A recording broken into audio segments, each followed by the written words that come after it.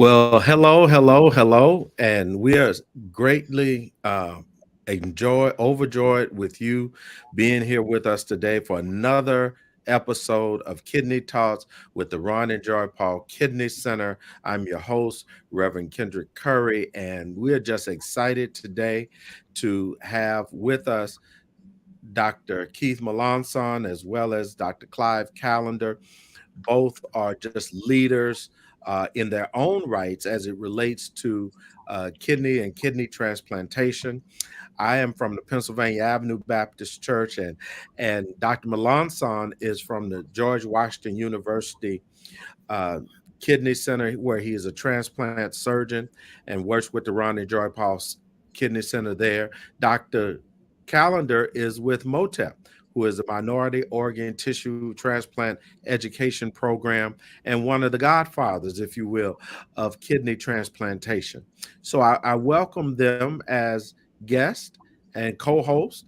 Dr. Melanson is going to do an outstanding presentation, but don't let him know that I said that. Um, but we're excited today because he's going to talk about the role of APOL1 in African Americans and how it impacts transplantation. So, Dr. Melanson, when you're ready, take it away. Thank you, Reverend Curry. As always, it is a pleasure to be here with you and the great Clive Callender. This is an important discussion because it's garnered a lot of headlines, and I've gotten lots of questions from people out there in the community. So I'm very happy to discuss APOL1 and explain what it is and why it's such a hot topic, and try to delineate between genetics and epigenetics and how it affects our health. So we can get started. So the title of this presentation today is the role of APOL1 gene for African Americans in transplantation. Next slide. And so here is the issue. In order to understand the impetus for looking for a genetic or epigenetic cause of kidney disease in African Americans, you got to understand what the problem is. And the problem is that African Americans have a lot of kidney disease, even more than what would be determined by our degree of high blood pressure and diabetes and obesity. As you know, Reverend Curry, we talk about this all the time. The three major causes of kidney disease is diabetes, high blood pressure, and obesity, and usually it's some combination thereof. However, although we as African Americans have a lot of all of that, we have a lot of diabetes and high blood pressure and obesity, more than any other ethnic group in this country. If you corrected for that, in other words, if you looked at all ethnic groups that have a lot of diabetes and high blood pressure and obesity, African Americans still have more kidney disease. So the question is, well, why? And so that's where the impetus for looking for something hidden in our genes that could cause us to have more kidney disease. One of the other interesting things, starting in the 1980s and then building until now, is HIV associated kidney disease. And remember, there's a lot of non-Black people have HIV, particularly as we went through the heyday of the 80s and 90s. But almost invariably, all of the patients that had HIV associated kidney disease, and there is a subset, it's a known disease. We call it HIVAN, HIV associated nephropathy. It's kidney disease that you get after you're HIV positive. That's invariably a Black disease. In other words, white people get HIV, but don't get this particular type of kidney disease. So this APOL1 stuff, when they came from these groups that were looking at HIV-associated kidney disease, because like I said, invariably that was and is is black disease for some reason. Next slide. So again, we inordinately suffer from kidney disease. They looking through the genes, what you can always find, they're different. They call them SNPs, single nucleotide polymorphisms. In other words, every gene or these groups of genes are groups of proteins. Like you can have a protein that's coded for by genes, and one little change in one gene can cause that protein to be a little bit different. Okay, we have those, and sometimes you see clusters of these single nucleotide polymorphisms in certain ethnic groups. Okay, so you get a one gene difference, and it's usually from a region of the world. That's why ethnicity matters. You've heard the great Clive Callender say numerous times, race is a made-up construct. There's no such thing as race, right? There's nothing biologic about race, but ethnicity matters. And what is ethnicity? Ethnicity means that your gene group, your progenitors, your ancestors came from a certain region of the world.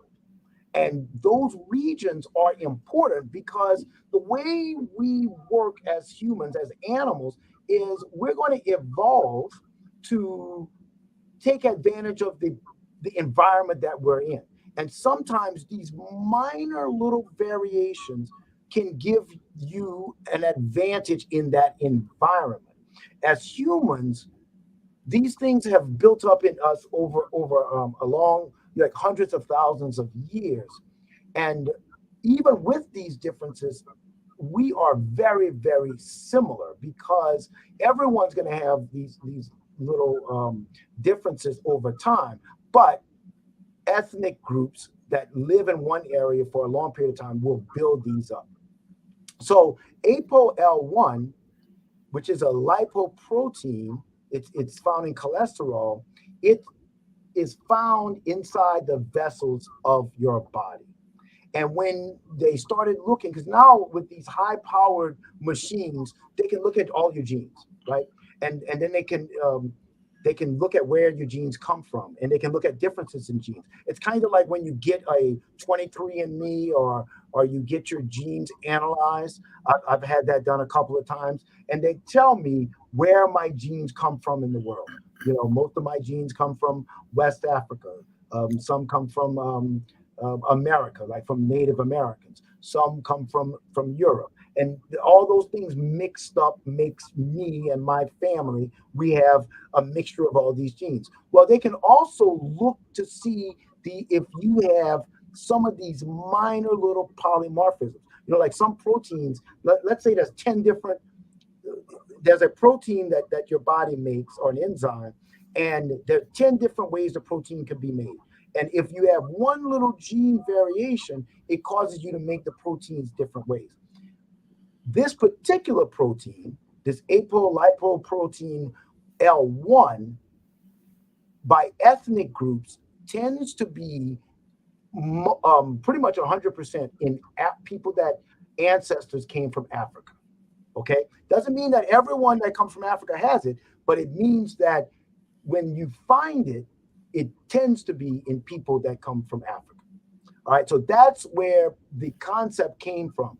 Wow, you have this gene, this protein, this gene that codes for a protein that's inside the vessels, inside of kidneys, only in African Americans.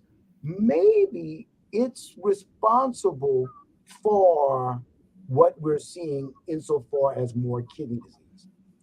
Next slide. So then they like I told you earlier, in order for you to have a different protein than people that come from a different part of the world might have, there had to be some reason, some advantage. I mean, sickle cell anemia is the classic example of a disease that's caused by a population pressure, right? The population pressure for sickle cell disease is malaria, right? And malaria is endemic to Africa. So because malaria, that is the number, it remains, even with COVID, malaria is the number one killer of humans in the history of the world. No other infectious disease has killed more humans over time than malaria. So malaria is a deadly, deadly disease. Okay, so if you have a way of escaping the death of malaria, that gives your population in your village, in your nation, that gives that population a huge advantage. And that's where the sickle hemoglobin became advantageous to people in Africa. And that's where sickle cell disease, and that's a SNP. That's a single nucleotide polymorphism. In other words, one gene turns one way, and now instead of having these perfectly round red cells, some of your cells are not perfectly round. And so you have to think, why would why would God want to create some humans that their red cells are not perfectly round? Well, it confers resistance to the protozoan that causes malaria. And now you live long enough to pass on your genes. So having the sickle cell trait is a huge advantage in sub-Saharan Africa because people can survive even if they're infected with the larva of this parasite. So it's a huge advantage. Now, the disadvantage is when two people with the trait mate and have progeny, a certain percentage of their children, you know, but it would be like 50% by statistics, are going to have the actual disease.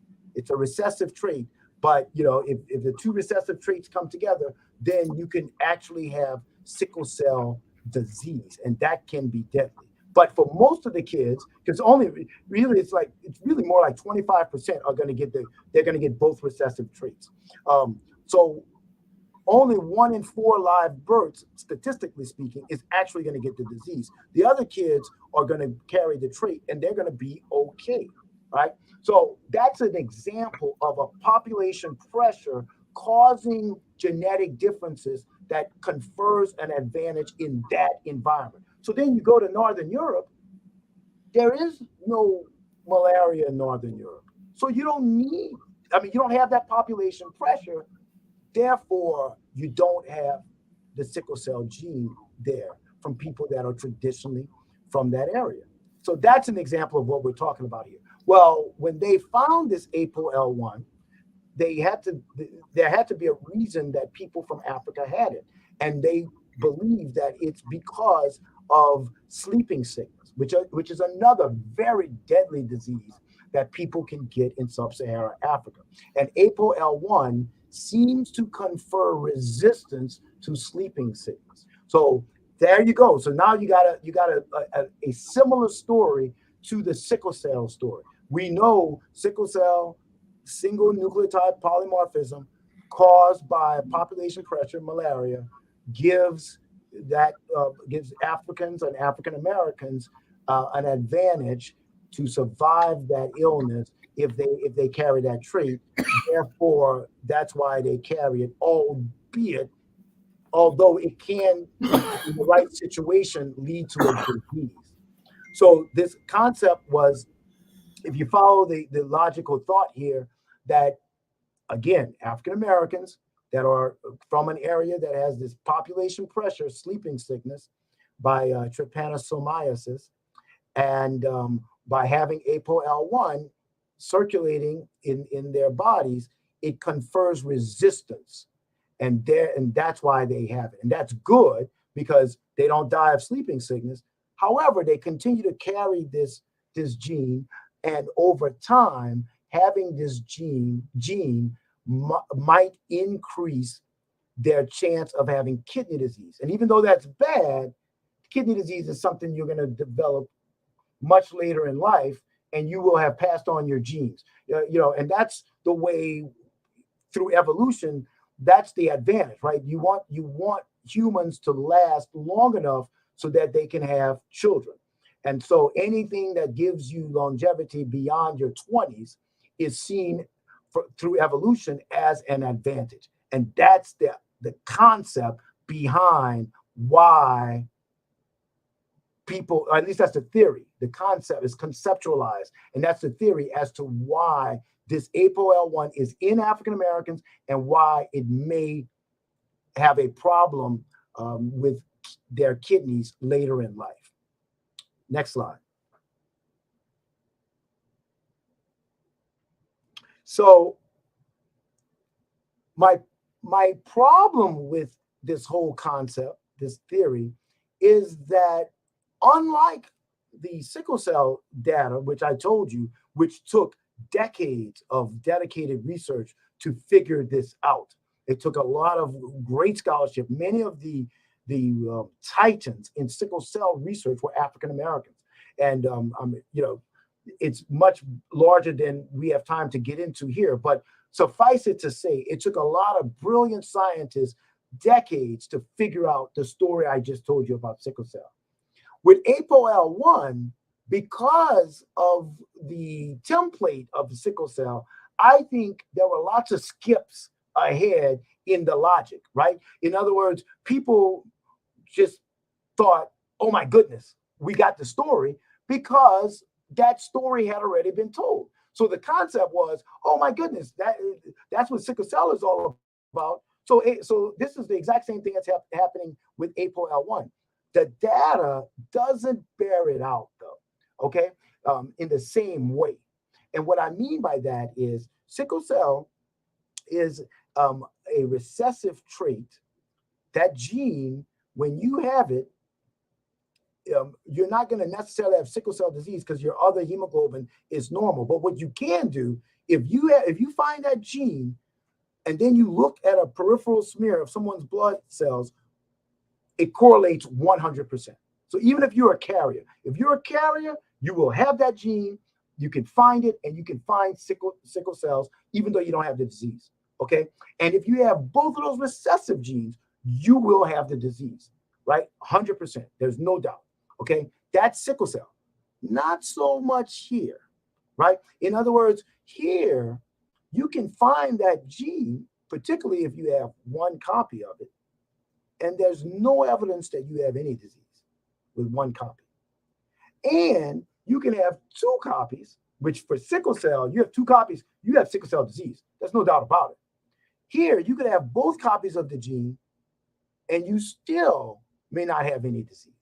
So there's something beyond the typical genetic makeup of or at least the genetic concept of how disease is conferred that's different in this particular genetic inheritance. Okay. Now, well, you might ask, well, how did this become so confusing, or why is it not so straightforward? Well, here's the deal. Most of what has connected the poor kidney function with APOL1 has come from retrospective data. And the problem with retrospective data, which is why it's not the gold standard in medicine, it is that it can be polluted with a lot of inferences. I'll give you an example. One of the biggest studies that showed a connection of APOL1 with kidney disease came from this huge database of patients where there was cardiology research going on, particularly cardiology research in relation to high blood pressure. So they went and they found all these people, Black people, that had kidney disease that came from this research. And they said, oh, well, let's check their blood because they had their blood. Let's check their blood to see if they have APOL1. So they found APOL1 in a certain percentage of these Black patients. Well, let's see if they have kidney disease. Well, they found a lot of kidney disease in these Black patients. But that shouldn't be surprising because Black people as a whole have more kidney disease. Black people with high blood pressure definitely have more kidney disease. So it's hard to tease out, is it a chicken or an egg phenomenon? In other words, are you finding this gene there in people that tend to have more kidney disease anyway, right? So the way we get rid of those sorts of inferences in science is we have what's called prospective studies, and they have to be large. And that way, you know that it's not, there are no biases there, right? In large prospective randomized studies, what you will do is you correct for all of these possible confounding factors like high blood pressure and obesity and diabetes, and you correct for it up front, right? Again, retrospective data, it's good for inferences and the first steps of research, but it's not good for making life or death decisions. Like right now, we just went through COVID, and we're going through COVID, right? COVID infections. Well, in order for those drug companies that were making those vaccines to prove that they were effective, they had to do these large randomized trials to prove that those vaccines worked 100% of the time, right? That's what they had to do, and that's what they did. It took some time, but that's what they were able to do to prove the efficacy of those vaccines. You can't get any drug approved in this country. No, the FDA would not give approval for small retrospective data. It's always going to be large randomized trials. That's the gold standard. And my problem with the APOL1 stuff is, in some instances, we were making decisions, clinical decisions, based on not gold standard research, but on some of this early retrospective stuff. Like I'll give you an example, like determining if a person could be a good kidney donor based on if they had this APOL1 gene or not, or if they had one copy or two copies. And that, I believe, was putting the cart before the horse. Now, the good news is we are now in the middle of a huge, large prospective gold standard trial that will tell us once and for all if this is for real or if this is just something that happens in people, and it may impact their kidney function, but it's not a major cause of kidney disease in African Americans. It is estimated that up to a quarter of African Americans in this country could have at least one copy of this gene. So this is very important research for us. And I don't want to poo-poo the idea that this needs to be looked into, and we need to determine if it's going to be a major contributor.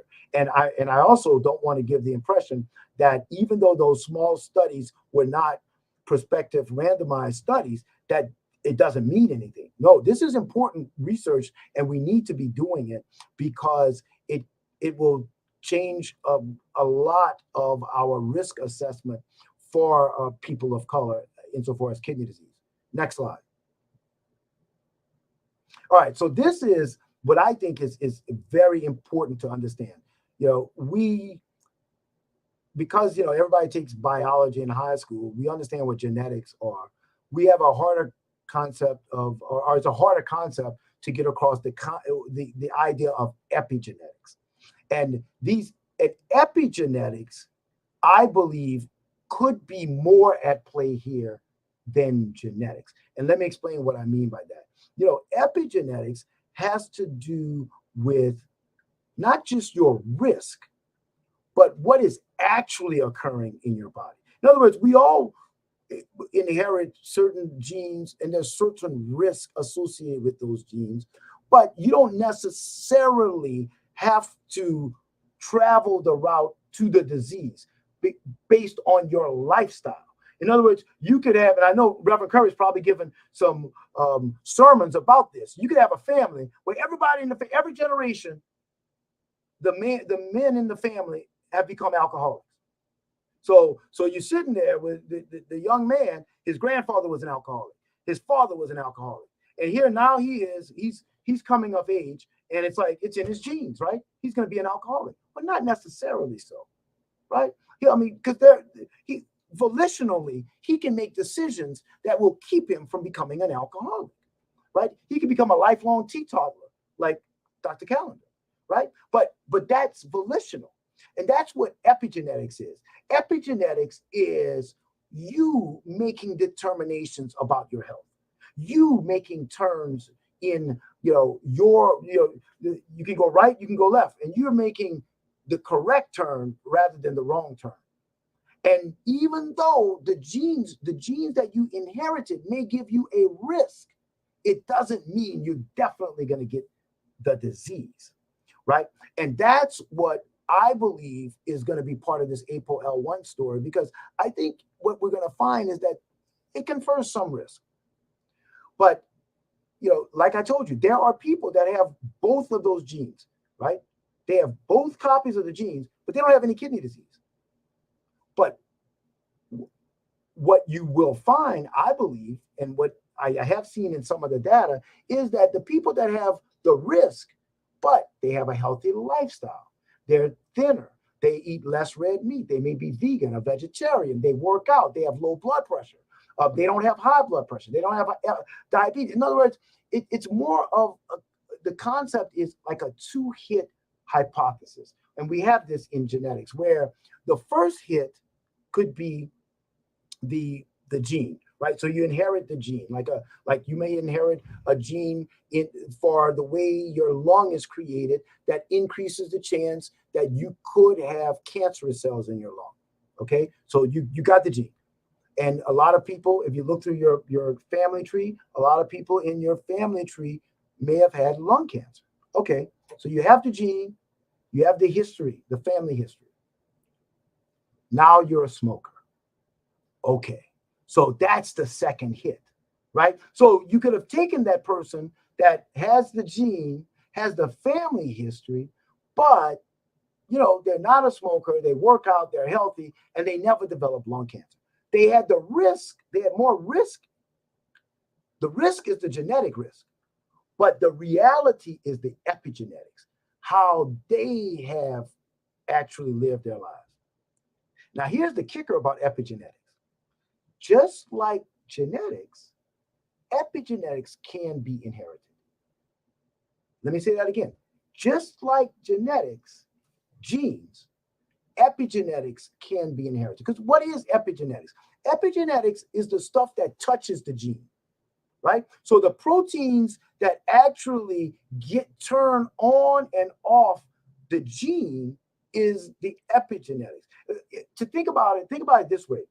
You can have a plan for a house, right? You have a basic architectural plan, but the contractor has to build a house. The contractor can take liberties on what materials he uses, what paint he uses, and he can take the same architectural drawing and make different houses, and they can look different, right? The paint can be different, the bricks can be different. He can do different roofing, and that's what epigenetics does, right?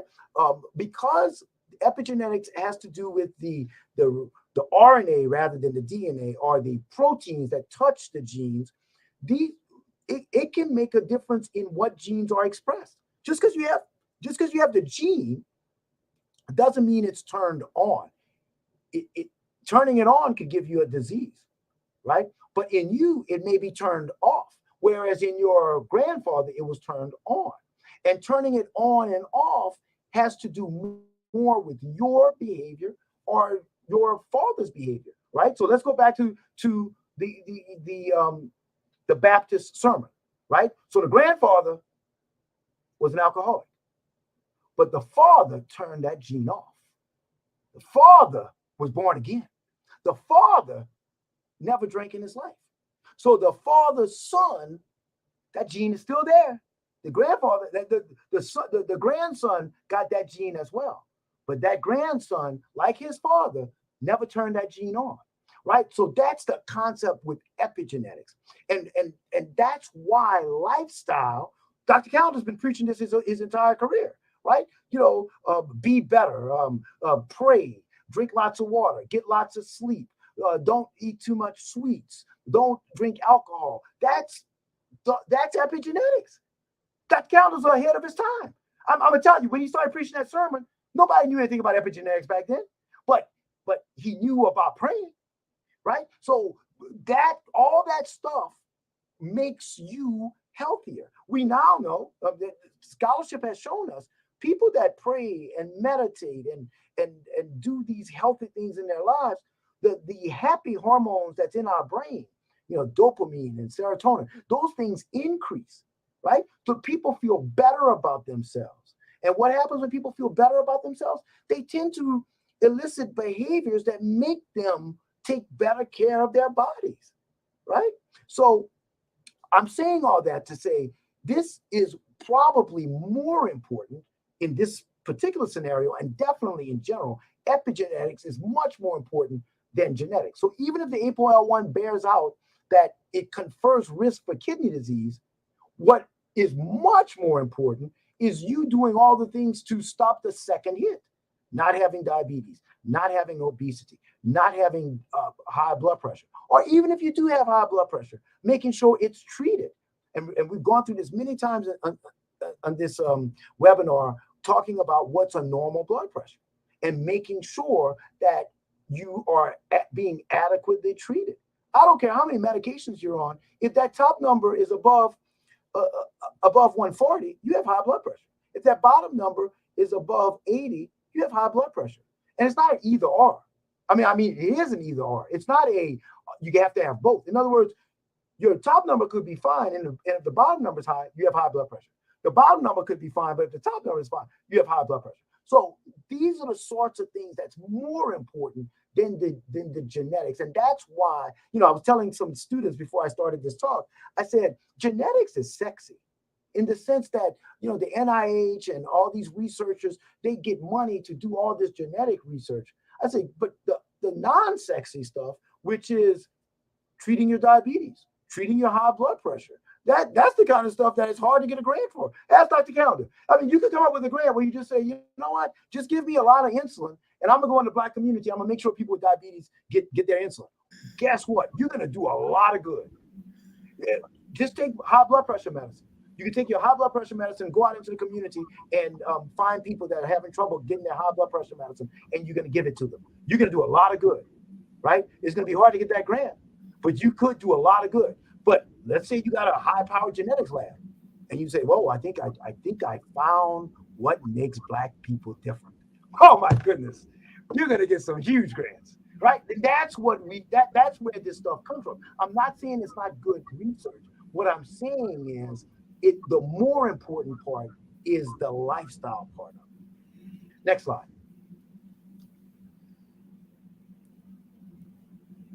Oh, okay. Well, we're at questions, so I'm anxious to answer some questions.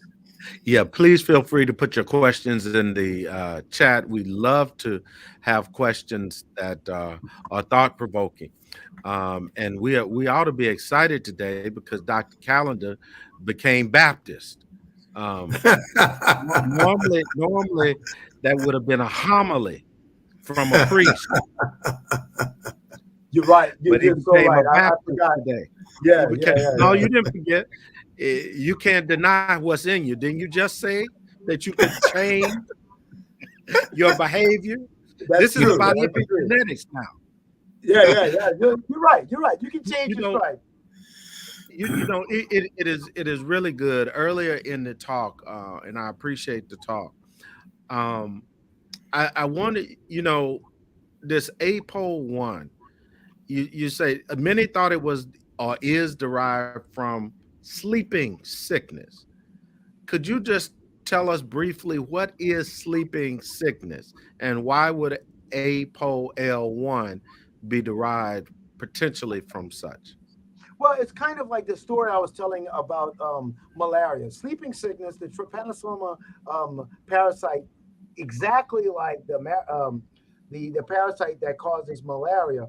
They cause diseases in different ways. So for malaria, you become it, the parasite gets inside your bloodstream and it Right. causes you to have strokes and that's malaria. Sleeping sickness, similarly, it clogs up your lymphatic system and eventually you can't oxygenate and you die. It's a very high reason. It's one of the top reasons in sub-Saharan Africa for people to die. These are diseases we don't know about that much here in the United States because we just don't have it. But if you go to Congo, if you go to Ethiopia, Eritrea, if you go to Nigeria, people die from these diseases in the millions, all right, every year. It's a huge problem. So any disease that causes that much death, it's going to cause a lot of pressure on that population. And the Absolutely. and as Absolutely. humans, we naturally figure out, our bodies are brilliant. Our bodies will figure out ways to have some immunity to these diseases, even beyond the stuff that we know. Like, we know the sickle cell thing. However, uh, though, if you go and take serum from people in sub-Saharan Africa, you will find, and if you put the parasite for malaria in their blood, you will find that their blood kills the parasite.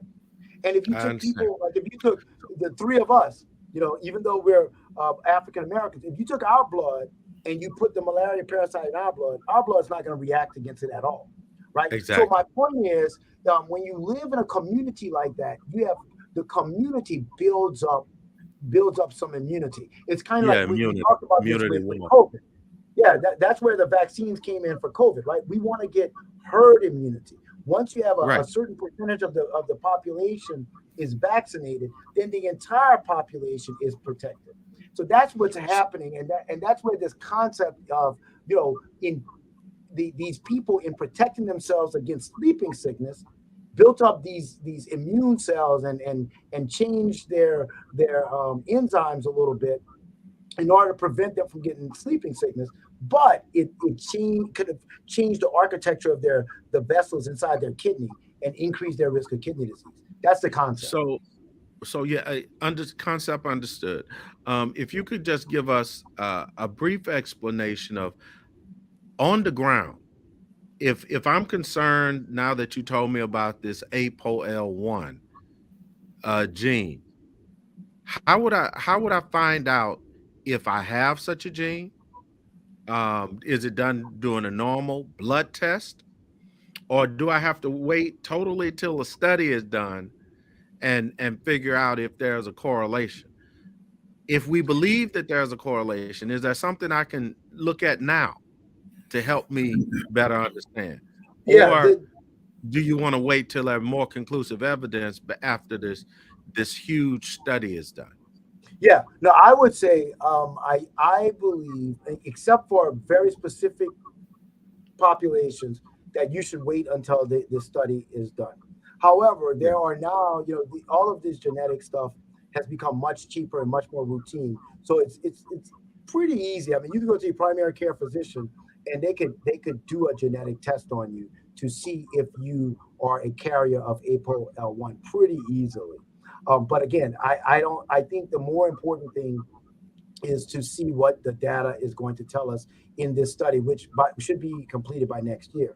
However, there are certain subsets, and one would be in transplant. We do genetic testing on all of our donors. All right. Mhm. So in a typical scenario, let's say I wanted to donate my kidney to my brother.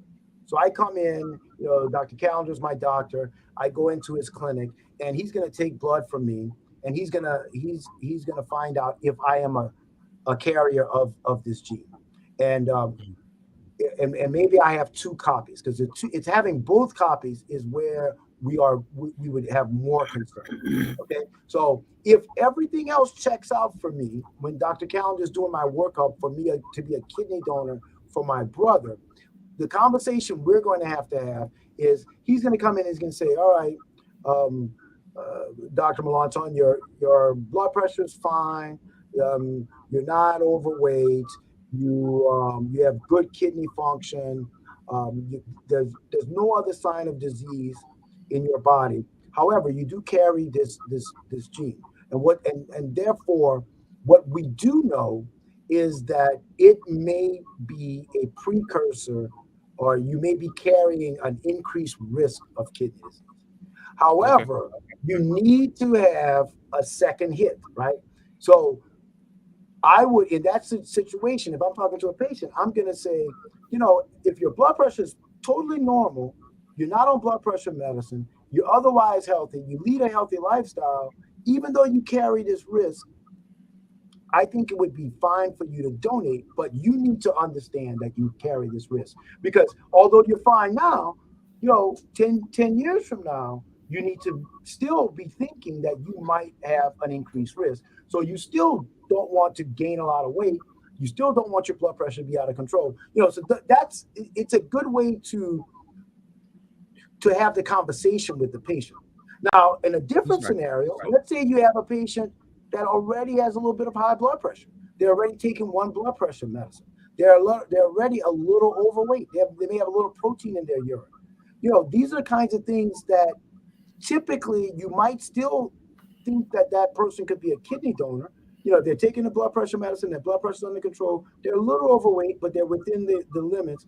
They might have a little protein in the urine, but again, they're within limits, within the normal limits. You might have a different way of looking at them now that that person that already has high blood pressure has these two genes. You may be a Yeah. little bit more wary. You may say, okay, look, you have these genes, you already have high blood pressure. We know that that combination of high blood pressure and these genes And can lead to yeah. cancer. So that's the way the conversation will go. Okay. So, Dr. Calendar, I want you to jump in here because you are uh, a godfather of epigenetics. You've been talking to folk about behavior and the environment and how you set your own context and how your body will obey if you do the right things to it. It will treat you well if you treat it well. Right. So what do you have to say about this APOL1 and all of the things that we've sort of talked about? Any thoughts you may want to open up with? Yeah, I have many. The first one is that I think Dr. Melanson may have undersold something, and that is that people are doing this today. All In right. other words, they are rejecting some donors because they have uh, homogeneity relative Mm. to APOL1 genes. And What's what are your homogeneity? I thoughts? don't mean to Oh, interrupt. okay, thank you, folks. They have two genes, which means All that you're right. likely to have problems with your kidneys, and because of this, is it true, Dr. Monson, that at some centers they are rejecting blacks for to being preventing them from being kidney donors? Absolutely, and Dr. Callen is 100% right, and that's exactly my problem with the research that has been done, and it's even worse than Dr. Callen said, because for a while, and I don't think it's happening anymore, they were rejecting black patients that had one gene, and even the research that's been done did not show a risk with one gene. So and the biggest problem we have in kidney transplant is finding live donors for African Americans. We die for kidney disease more than anybody, and now they're doing research to show that our donors shouldn't give. So it's really a problem, and and that's why I believe the real research needs to be done, and not this cursory sort of just picking data the way they did to discourage people from being kidney donors. I mean, we already have enough problems. So I agree with you, Yeah. Dr. Callen. So Well, and so, I so it also have seems like another thought. go The ahead. thought is that people need to be sensitive as to which center they go to get a transplant, There you because go. they go to centers where they are not as aware of the retrospective study, which is suggestive in contradistinction to the prospective study, which is definitive. And our black patients need to go to centers where people are more sensitive to this and understanding, so that the right thing is done. And so it's kind of dangerous for our black patients if they don't go to centers who actually are aware of this. And I say this because there are many centers which are not being fair to our black patients in terms of waiting for the prospective study. Another point I want to raise up is, are they also predicting that if you have this APOL1 gene and you have two of them, that you're more likely to have rejection after you're transplanted? So Yeah. is this affecting not only the donor but also the potential recipient? Right. Yeah. The idea is that outcomes are worse in patients that in the recipients from kidney transplants if they themselves have both of the genes, and that the outcomes could be worse if they get a kidney from someone that has both of the genes. So the big study that's going Mm. on is looking at the recipients as well as the donors.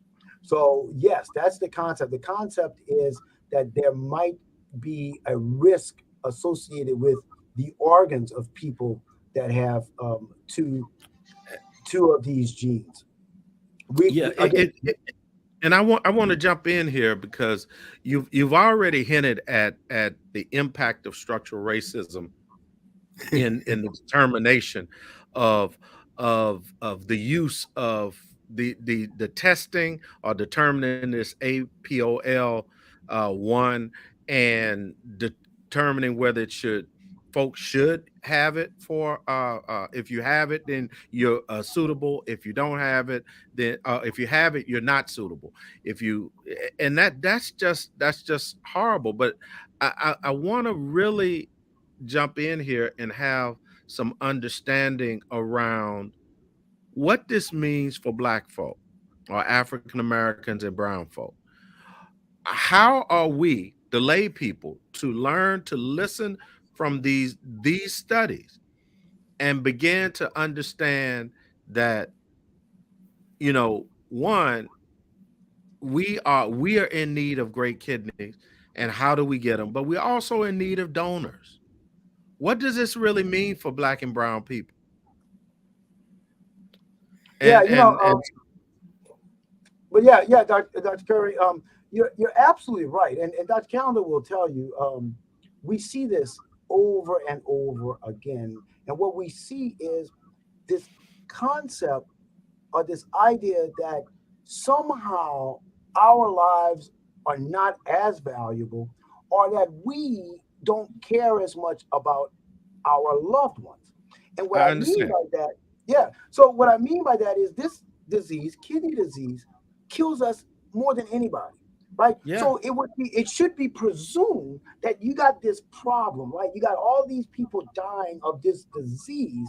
So you should have this belief from that community that wow, we need to do something to help our people that are dying, right? So, but yeah, sometimes yeah. the But response, no, but, go but ahead. but sometimes the response from the medical community is different than what I think it would be if we were not talking about black people. And here's what I mean by that: if you had white people that were dying of a disease, and an army of white people were coming forward and saying, "What can we do to help?" The medical community, I believe, would be like, okay, let's give them access. Come in here. Let's help these people. This is great. I know you care about them. And again, I want Dr. Calendar to speak up on this. But what I oftentimes, at least what I feel in the medical community with our people's dying. We're dying, right? And then some of us, not enough, but some of us are coming forward and say, oh, let's help. And the medical community is like, well, yeah, the medical community that is the same community that does not do enough for us in any other facet of the medical community. But for this one thing, when we come forward, the medical community say, "Well, let hold up there, son. We don't want to hurt you. So, your grandmother, she's just gonna have to be on dialysis." And it just Right. it's Well, counterintuitive. But again, it's like you said, structural racism. It's not treating us like the same as way they would treat human the beings. majority of the community. Yeah. And we care about our people as Well, much as any other people. And Dr. but Calendar, what do you but the think? impact of it in my neighborhood in Southeast Washington D.C. is you start to see all the dialysis clinics. You start to see all of the other things that are going to destroy your human beings because you haven't identified me as a human being and as a person. Now you relegate me to going to really a slow death through all of the other things that we see in the context of our community. So I want to ask Dr. Callender this particular question. You made a statement earlier. You said all centers need to be considered when you talk about which center you go to as an African American or whatever. We have a question in the chat. What are some of those? Who are some of those centers, or what are some of those centers that you should go to as an African American that actually understands all of this, and you're humanized in the process? Yeah, I think that is the ultimate question, and I raise that question because I think centers like George Washington University are the kind of centers that you need to go to, who have African Americans who are at the head of the institution, and who are very sensitive to these issues and put them into proper perspective. I think Dr. Melanson emphasized the role of epigenetics, but often people don't recognize that the social determinants of health are That's the it. main factors that interact with the genes, and they That's change it. the genes. And therefore, it is important to emphasize the social determinants of health and the political determinants of health as well, and the role they play. And that's why that the question you raised, Dr. Carey, is the ultimate question. And it's something that George Washington may be uncomfortable in answering because they consider it self-serving. But the real issue you put on the table is you must go to a center where they are sensitive to the ethnic issues as they relate, and so that people don't base everything on retrospective studies, but that they do Yeah. things based upon the appropriate studies and do the right thing. And that's all that I think this program is emphasizing. That And we shouldn't that do be the right all thing. throughout medicine? Throughout all medicine, right? Yes, Not, that's good. yeah, we should have that perspective throughout all medicine if we want equity and justice, right? Absolutely, absolutely. You Right, said but Dr. Curry, that's why what you said was so dead on. I mean, when you said structural racism, that's what we're really talking about, because oftentimes our people, our problems are seen as intractable, whereas the same issue in another community, the way that the physician sees it is different, right? So the white guy that comes in that wants to be a donor, who's a little overweight and blood pressure's a little high, the doctor will have a conversation about, well, you need to lose this weight, and your blood pressure may correct, and we're going to reassess you in a couple of months. But for us, we are seen as, well, their culture means that this is the way they're going to be, right? They like to be overweight, they like to eat comfort foods, they're just not, when they see you in your current state, if that's it, it's like you cannot change. And I can tell you, in so many patients of mine have come forward and have had loved ones that they wanted to donate to, and I've told them, I'm talking about Black people here, I've told them, you need to lose weight, you need to get down to a certain weight, and we're going to reassess you. And they've done it, and then they're fine, and then they donate just like anyone else. But it's just, these biases, and this is a perfect example of how these biases carry over into medicine. I mean, we know that there are prejudices, right? And just like there's, like anyone can be prejudiced, physicians and physician extenders can be prejudiced, and this structural, like you said, structural racism impacts us. And I think this is a perfect example. Well, so what you need to do, because I always want my patients to be proactive, you need to push. You need to say, how can I, all right, if you're saying I'm not a good donor right now, what can I do? All right. Or if I have some Yeah. problem right now, how can I make it better? Because again, the way a lot of times people will come into clinic and they'll be overweight, and the doctor will never have a conversation with them about the fact that they're Well, overweight. that's Right. exactly a point that one of the persons made in the comments. They said, I'm not able to donate or receive. And the question becomes, why? Who told you that? It reminds me of a story of a woman named Eve in the garden, Right. Right. and And she and, got and think, tricked by listening to right, the wrong one. that's right. That's right. So No, I do want to understand. I our people have to understand because we're destroyed for a lack of knowledge. We have to understand that we need to get credible messengers, credible advice from leaders, doctors like yourself. In fact, that's why we have such a program. We're in the zip code. I'm in the zip code adjacent to it. 219 has the highest incidences of kidney disease in the nation. I'm in 220, right next door. right. And we have to fix this problem. But when we deal with all of these other problems that are systemic, it points to a long way to go, but at the same time, our people are dying. So, Dr. Calendar, what do we do? The house is on fire and my people are dying. Well, I think that you've made an excellent point, and I guess I think the message, the take-home message, is from Dr. Melanson is that epigenetics is extremely important. It impacts the genes as much as anything else, and so healthy lifestyle. Uh, getting protein analysis of your urine to make an early diagnosis of kidney disease. These are things that make a difference. And then, of course, going to a center where they're sensitive to the ethnocentric. They understand. What we're all talking about is compassion, caring, and kindness. We want Yeah, people who love yeah, one another. And we want centers that are really sensitive to the ethnic issues as they relate to all ethnic groups. It's just that our ethnic group is disproportionately disadvantaged and needs more people who care about them than any other. And so I come back to the old concept of love yourself, take care of yourself, and really recognizing that we do have to, that education is power, information is power, and we do have to ask those questions that you mentioned to make it clear that we're doing the best thing we can to adopt healthy lifestyles.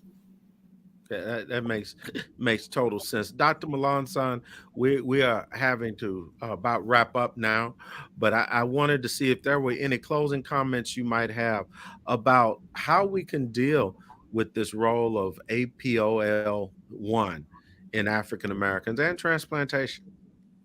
Yeah. So it gets back to the message that Dr. Calendar just expressed, because what what this really shows is that we are at risk of certain disease, right? Here we're Yeah, talking about kidney disease. yeah, But if you take care of yourself, the healthier you are, the less likely, even if you are predisposed to disease, the less likely you are to actually develop that disease. And I think that, when you look at African Americans, if it's breast cancer, if it's colon cancer, if it's cardiac disease, we are predisposed to a lot more disease in our community for a plethora of reasons. But the main take home message is we can benefit ourselves just by taking better care of ourselves. So, what you eat, drinking lots of water, getting lots of sleep, exercising, less alcohol, all these things will positively impact you. And positive thoughts. This is what Dr. Calendar is talking about when he says, love yourself.